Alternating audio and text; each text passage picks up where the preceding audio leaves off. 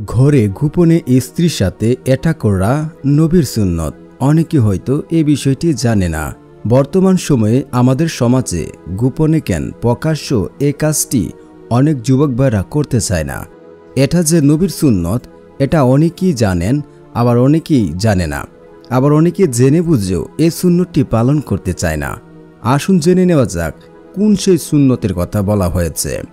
মানুষের পারিবারিক জীবনে সুখ শান্তি তখনই বিরাজ করে যখন কোনো পুরুষ তার স্ত্রীকে কাজের প্রতি সম্মান দেখায়, স্ত্রীর কাজে স্বীকৃতি দেয় এবং প্রশংসা করে, পাশাপাশি নিজ হাতে স্ত্রীর কাজে সহযোগিতা করে। তাছাড়া স্ত্রী সাংসারিক যাবতীয় কাজের মূল্যায়ন করার পাশাপাশি তাদের সহযোগিতাই হলো একজন স্বামীর বড় গুণ। বছর জুড়ে স্ত্রীরা ঘরে যাবতীয় কাজ পরিপাটি করে গুছিয়ে রাখে, রান্নাবান্না, খাবার পরিবেশন, স্বামীর সংসার ও সম্পদ রক্ষণাবেক্ষণ করে।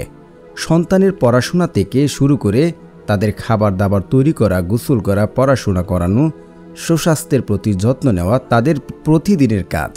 স্ত্রীরা সকালে সবার আগে বিছানা ত্যাগ করে কর্মব্যস্ত স্বামীর কাজে সহযোগিতা ও সন্তান সন্ততি প্রস্তুতির কাজে লেগে যায়। আবার সারাদিনের কাজের ফলে ক্লান্তি অবসান্ন শরীরে ঘুমেও যায় সবার পরে। সাংসারিক এসব কাজে আমাদের সমাজে পুরুষদের সামান্যতম অংশ নেই, যদিও তা কারো কারো ক্ষেত্রে ব্যতিক্রম। পক্ষান্তরে নবীজি সাল্লাল্লাহু আলাইহি ওয়াসাল্লামের জীবনে রয়েছে স্ত্রীকে সহযোগিতার এক অনুকরণীয় উত্তম আদর্শ। হাদিসে এসেছে, হযরত আয়েশা সিদ্দিকা রাদিয়াল্লাহু আনহা থেকে জিজ্ঞাসা করা হলো, রাসূল সাল্লাল্লাহু আলাইহি ওয়াসাল্লাম ঘরে কি কাজ করতেন? উত্তরে হযরত আয়েশা রাদিয়াল্লাহু আনহা বলেন, রাসূল সাল্লাল্লাহু আলাইহি ওয়াসাল্লাম ঘরে মানুষদের সেবায় নানা কাজে অংশ নিতেন, নামাজের সময় হলে বেরিয়ে যেতেন। বুখারী শরীফের হাদিস।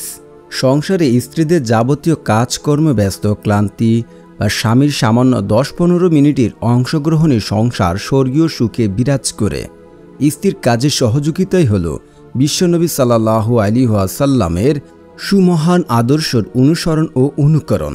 স্বামীদের সহযোগিতায় স্ত্রীদের সাংসারিক কষ্টের কাজও তাদের মনটা কৃতজ্ঞতা বোধে ভরে ওঠে, যার ফলে সংসারের রঙই বদলে যায়।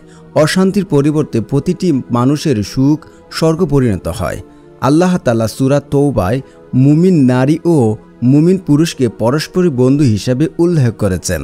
সুতরাং প্রত্যেক স্বামী স্ত্রী তখনই পারস্পরিক বন্ধু হতে পারবে, পরিপূর্ণ লাভ করবে তখন যখন তাদের মধ্যে প্রতি কাজের ক্ষেত্রে প্রেম, ভালোবাসা, মায়া, মমতার বন্ধন সুদৃঢ় হবে।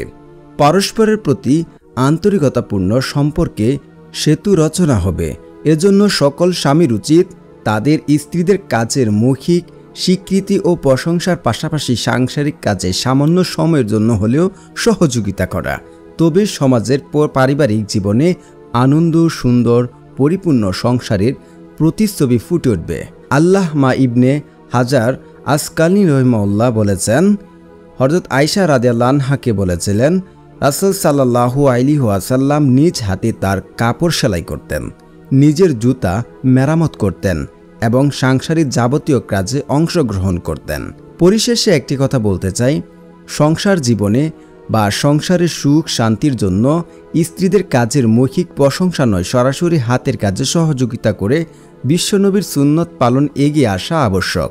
খাবারের পরে নিজের প্লেটে নিজেই ধুয়ে রাখা, স্ত্রীদের কাজের সময় শিশুদের সন্তানকে সামলিয়ে রাখা, ঘুমের সময় স্ত্রীরা যখন খাবার গোছানোর কাজে ব্যস্ত থাকে তখন স্বামীরা বিছানাটা পরিষ্কার করে মশারি টাঙানো কাজটা সেরে ফেলা। নবীজির সাংসারিক জীবনে স্ত্রীকে সহযোগিতা করেছেন ভেবে কাজগুলো করলে সংসার জীবনে দুনিয়াতে শান্তি আসবে, তেমনি পরকালের জীবনে হবে সফল কাম্য। আল্লাহ বলেন, অতঃপর তাদের পালনকর্তা তাদের দোয়া এই বলে কবুল করে নিলেন যে, আমি তোমাদের কোনো পারিশ্রমিক বিনষ্ট করি না, তা সে পুরুষ হোক কিংবা স্ত্রীলোক। তোমরা পরস্পরে এক। সূরা ইমরান আয়াত নম্বর 195। আল্লাহ তাআলা মুসলিম উম্মাহকে সকল স্বামী স্ত্রীর পারস্পরিক সহযোগিতা করে কুরআন হাদিসের বাস্তবায়ন করার তৌফিক দান করুক, শান্তিপূর্ণ সমাজ বিনির্মাণে এগিয়ে আসার তৌফিক দান করুক। আবার অনেকে এটাকে শুধু ইন্টারকোর্স বা এই বিষয়ে সেটাকে রেখেছে, আসলে এটা কিন্তু নয়। আশা করছি বুঝতে পেরেছেন। ধন্যবাদ এতক্ষণ ধরে ভিডিওটি দেখার জন্য।